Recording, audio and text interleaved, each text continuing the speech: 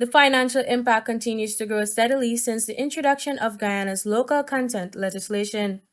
Head of Local Content Secretariat Michael Munroe reported that Guyanese companies earned more than 440 million US dollars in the first year of the Local Content Act's implementation, increasing to 504 million US dollars in the second year and 704 million US dollars in the third.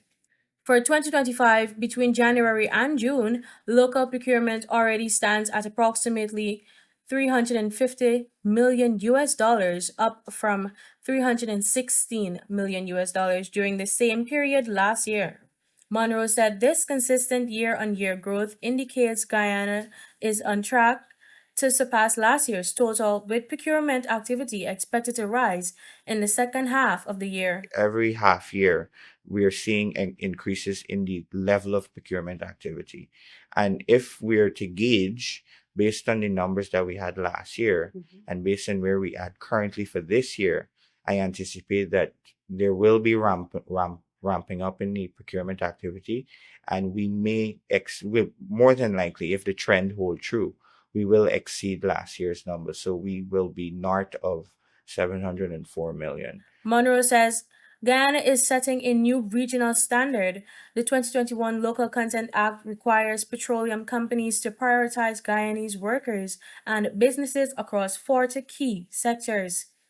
By mandating 5-year local content plans, the law has reshaped the industry, ensuring locals play a meaningful role in contracts, procurement, and employment while fostering skills development and shared growth. So the act was instrumental in that one, it created a schedule where you have 40 sectors where the government thought at the time that Guyanese had existing capacity, and the government would have, through those same consultations, determined varying percentages. To preserve the system's integrity, Guyana is actively combating fronting, the practice of using a nominal Guyanese front while real control or profits lie elsewhere.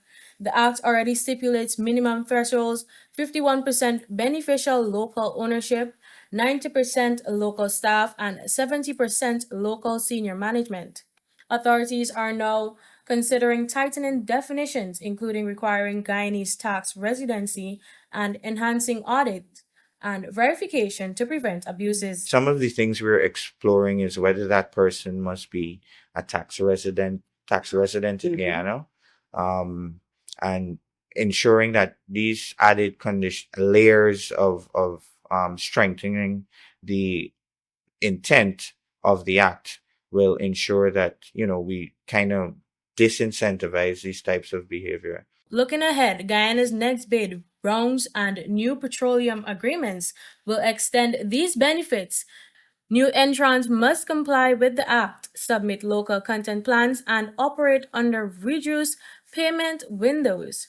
Between 30 to 45 days, the government is also exploring creation of a development bank and strengthening financial options to support local firms as they scale.